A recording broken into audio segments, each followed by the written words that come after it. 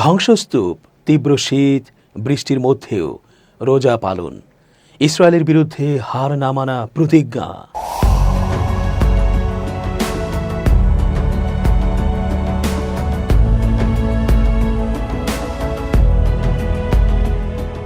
আসসালামু আলাইকুম প্রিয় দর্শক, আশা করছি আল্লাহ পাকের রহমতে ভালো আছেন। চেঞ্জ টিভির আন্তর্জাতিক চোখ অনুষ্ঠানে আমি জি রতন স্বাগত জানাচ্ছি আপনাদের সকলকে। যুদ্ধবিরতির প্রথম পর্ব শেষ হয়েছে, আশা নিরাশার দোলা চলে দ্বিতীয় ধাপের চুক্তি। ধ্বংসস্তূপ আর তীব্র শীত ও বৃষ্টির মধ্যে শুরু হয়েছে রমজান মাস।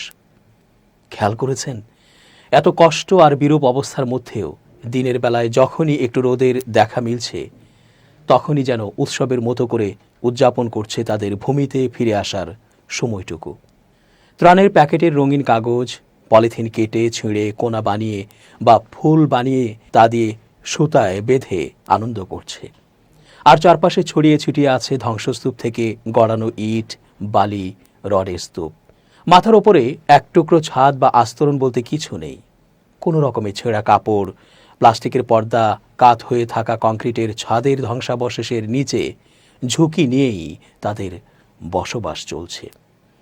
এই অবস্থায় মুসলমানদের সবচেয়ে প্রিয় ও গুরুত্বপূর্ণ মাস রমজান এসেছে। প্রায় প্রতিদিনই হচ্ছে বৃষ্টি, রয়েছে তীব্র শীত। মানুষ হিসেবে একটু ভাবুন তো, এইভাবে কখনো বেঁচে থাকা যায়? রমজানে 5 ওয়াক্ত নামাজ, তারাবিহ, তসবিহ পড়া, রোজা রাখা, সেহরি ও ইফতার করা, এত এত কাজ কিভাবে করছে তারা? এমন নির্মম কষ্টের মধ্যে এতটুকু শান্তি কি আছে? তারপরও তারা আল্লাহকে বিশ্বাস করে, সেই আশায় অপেক্ষা করছে একদিন পূর্ণ স্বাধীন হবে ফিলিস্তিন। গাজার দিকে পুরো বিশ্ব তাকিয়ে থাকবে, দেখবে তাদের বীরত্বের দৃষ্টান্ত। ইসরায়েলের বিরুদ্ধে তাদের হার না মানা প্রতিজ্ঞাই তাদেরকে এমন অবস্থাতেও বেঁচে থাকার প্রেরণা দেয়। গাজার বাস্তুচ্যুত ফিলিস্তিনিরা রমজানের প্রথম রাত কঠিন এক অমানবিক পরিস্থিতিতে উদযাপন করেছেন। প্রবল বৃষ্টিপাতের ফলে আশ্রয় নেয়া তাঁবু ও ধ্বংসপ্রাপ্ত ঘরবাড়ি ভেসে গেছে। যুদ্ধবিরতি চুক্তি অনুসারে গাজাবাসীদের জীবনযাত্রার মান উন্নত করতে ভ্রাম্যমাণ ঘরবাড়ি ও ভারী সরঞ্জাম সরবরাহে ইসরায়েলের বাধা তাদের দুর্ভোগকে শতগুণে বাড়িয়ে তুলেছে। প্রবল বৃষ্টিতে সেহরির সময় পানি তাঁবুতে ঢুকে বাস্তুচ্যুত ফিলিস্তিনিদের জিনিসপত্র ভিজিয়ে ফেলছে। ফলে অনেকেই, বিশেষ করে নারী ও শিশুরা, তীব্র ঠান্ডা থেকে রক্ষা পাওয়ার জন্য বিকল্প আশ্রয় ছাড়াই তাঁবু থেকে সরে যেতে বাধ্য হচ্ছে। এদিকে যারা তাদের ধ্বংসপ্রাপ্ত বাড়িতে ফিরে গেছেন, তারাও সীমাহীন দুর্ভোগের মধ্যে পড়েন। বৃষ্টির পানি থেকে তাদের নিজেদেরকে রক্ষা করার আর কোনো বিকল্প উপায় ছিল না। বাড়ির ছাদ ও ফাটলযুক্ত দেয়াল থেকে পড়া অনবরত পানির মধ্যেই তাদের রাত পার করতে হয়। গাজার পৌরসভার মুখপাত্র হোসনি মেহনা আনাদুল এজেন্সিকে জানান, রাস্তাঘাট বৃষ্টির পানিতে প্লাবিত হয়েছে। অন্যদিকে পৌরসভার জরুরি প্রতিক্রিয়া দলগুলো সরঞ্জামের ঘাটতির কারণে তাদের স্বল্প সরঞ্জাম দিয়েই পরিস্থিতি সামাল দেওয়ার চেষ্টা করছে। গাজায় যুদ্ধবিরতি চুক্তির বাধ্যবাধকতা বাস্তবায়নে ইসরায়েলের ব্যর্থতার কারণে পরিস্থিতি আরও খারাপ হয়েছে। গাজার সরকারি মিডিয়া অফিসের তথ্য অনুযায়ী 15 মাসেরও বেশি সময় ধরে চলা গণহত্যায় ইসরায়েল গাজার প্রায় 88% অবকাঠামো ধ্বংস করেছে। এর মধ্যে রয়েছে ঘরবাড়ি, হাসপাতাল, গুরুত্বপূর্ণ প্রতিষ্ঠান ও প্রয়োজনীয় পরিষেবা। মেহনা বলেন, ইসরায়েলের ভ্রাম্যমাণ বাড়ি সরবরাহে অনুমতি দিতে অস্বীকৃতি এবং দুর্যোগ মোকাবিলায় প্রয়োজনীয় ভারী সরঞ্জামের অভাবে সৃষ্ট মানবিক সংকটের কারণে বাস্তুচ্যুত মানুষের জীবনযাত্রার অবস্থা আরও খারাপ হচ্ছে। তিনি আরও বলেন, বাস্তুচ্যুত মানুষরা একাই কঠিন পরিস্থিতির মুখোমুখি হচ্ছে। সমস্ত আহ্বান সত্ত্বেও দখলদাররা এখনও ক্ষতিগ্রস্তদের জন্য ত্রাণ সরবরাহ প্রবেশে বাধা সৃষ্টি করছে। ফলে হাজার হাজার মানুষ বৃষ্টি ও ঠান্ডার ঝুঁকিতে রয়েছে। তিনি উল্লেখ করেন, রমজানের প্রথম রাতগুলো শান্তি ও ইবাদতে কাটানোর কথা থাকলেও তা এখন শীত ও কষ্টের সময়ে পরিণত হয়েছে। মেহনা উল্লেখ করে বলেন, পৌরসভার দলগুলো তাদের সীমিত সম্পদ নিয়ে কাজ চালিয়ে যাচ্ছে। মেহনা উল্লেখ করেন, পৌরসভার দলগুলো তাদের সীমিত সম্পদ দিয়েও আবহাওয়া পরিস্থিতি সামাল দেওয়ার চেষ্টা করছে, কিন্তু ব্যাপক ধ্বংসযজ্ঞ ও সম্পদের অভাবের কারণে তারা বিশাল চ্যালেঞ্জের মুখোমুখি হচ্ছে।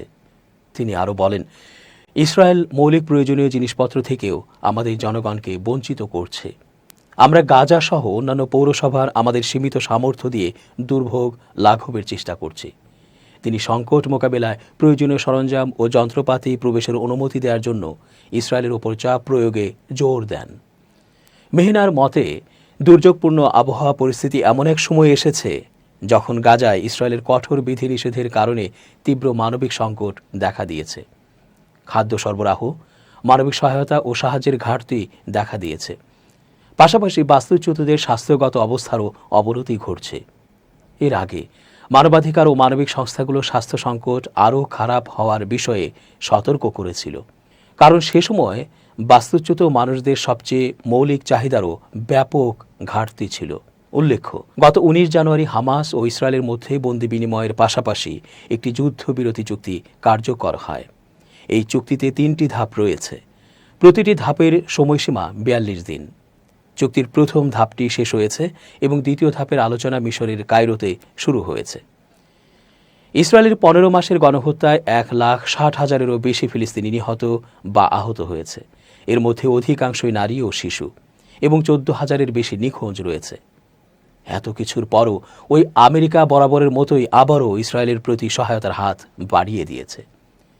ইসরায়েলের কাছে $300 কোটি বেশি মূল্যের অস্ত্র ও সামরিক সরঞ্জাম বিক্রির অনুমোদন দিয়েছে মার্কিন প্রেসিডেন্ট ডোনাল্ড ট্রাম্প।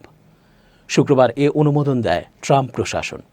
গাজায় ইসরায়েলের সাথে যুদ্ধবিরতি নিয়ে যখন নতুন করে শঙ্কা দেখা দিয়েছে, তখন মার্কিন সরকার এসব অস্ত্র বিক্রির অনুমোদন দিল।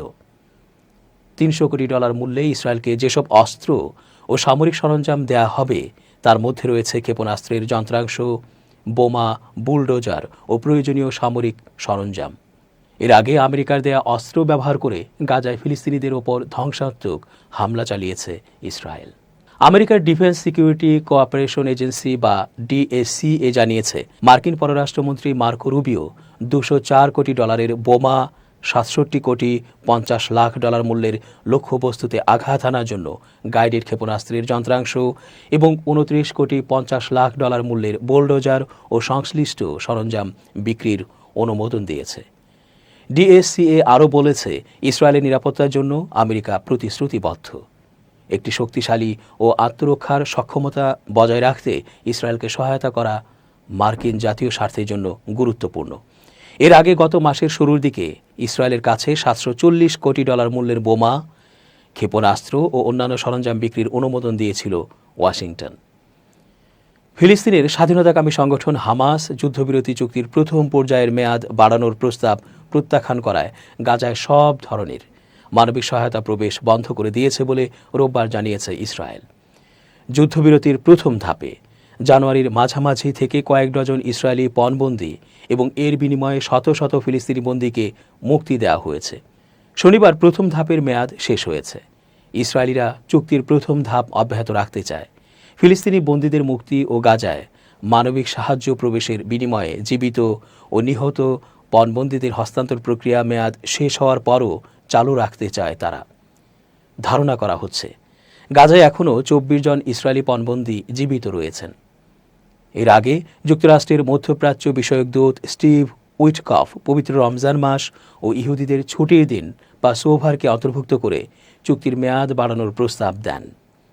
তবে হামাস দ্বিতীয় পর্যায়ে অগ্রসর হওয়ার জন্য জোর দিয়েছে। তারা অভিযোগ করেছে, মেয়াদ সম্প্রসারণের বিষয়টি ইসরায়েলের কারসাজি। রোববার ইসরায়েলের প্রধানমন্ত্রীর কার্যালয় জানায়, বন্দি চুক্তির প্রথম ধাপ সম্পন্ন হওয়ার পর এবং আলোচনা চালিয়ে যাওয়ার জন্য উইটকফের প্রস্তাবিত কাঠামো যাতে ইসরায়েল সম্মত হয়েছিল তা হামাস প্রত্যাখ্যান করায় প্রধানমন্ত্রী নেতানিয়াহু সিদ্ধান্ত নিয়েছেন, সকাল থেকে গাজা উপত্যকায় সকল পণ্য ও সরবরাহ প্রবেশ বন্ধ করে দেওয়া হবে। বিবৃতিতে আরও বলা হয়, আমাদের পণবন্দীদের মুক্তি না দিলে ইসরায়েল যুদ্ধবিরতি মেনে নেবে না। যদি হামাস তাদের অস্বীকৃতি অব্যাহত রাখে তাহলে এর পরিণতি ভোগ করতে হবে। প্রধানমন্ত্রীর কার্যালয়ের মুখপাত্র ওমর দোস্ত্রি রোববার বলেন, আজ সকালে কোনো ট্রাক গাজায় প্রবেশ করেনি এবং করবেও না। এদিকে হামাস নেতা মাহমুদ মারদাউই রোববার এক বিবৃতিতে বলেন, আঞ্চলিক স্থিতিশীলতা ও বন্দীদের প্রত্যাবর্তনের একমাত্র পথ হল চুক্তির পূর্ণ বাস্তবায়ন, যা দ্বিতীয় পর্যায়ে শুরু হওয়া ছাড়া সম্ভব না। মারদাউই জানান, হামাস চায় দ্বিতীয় পর্যায়ে স্থায়ী যুদ্ধবিরতির জন্য আলোচনা, গাজা থেকে ইসরায়েলি সেনাদের সম্পূর্ণ প্রত্যাহার, গাজা পুনর্গঠন এবং তারপর একটি সম্মত চুক্তির অংশ হিসেবে বন্দীদের মুক্তি দেয়া। তিনি আরও বলেন, এটাই আমরা জোর দিয়ে বলছি এবং আমরা এ থেকে পিছু হটব না। গাজা উপত্যকায় ধ্বংসস্তূপ থেকে আরও 23টি লাশ উদ্ধার করেছে ফিলিস্তিনি চিকিৎসক ও উদ্ধারকারী দল। মন্ত্রণালয়ের এক বিবৃতিতে বলা হয়েছে, গত 48 ঘণ্টায় ইসরায়েলি বাহিনীর গুলিতে 2 ফিলিস্তিনি নিহত হয়েছেন। মন্ত্রণালয়ের তথ্য অনুযায়ী 23 জন আহত ব্যক্তিকে হাসপাতালে ভর্তি করা হয়েছে। দর্শক, আজকের মতো শেষ করছি এখানেই। ধন্যবাদ।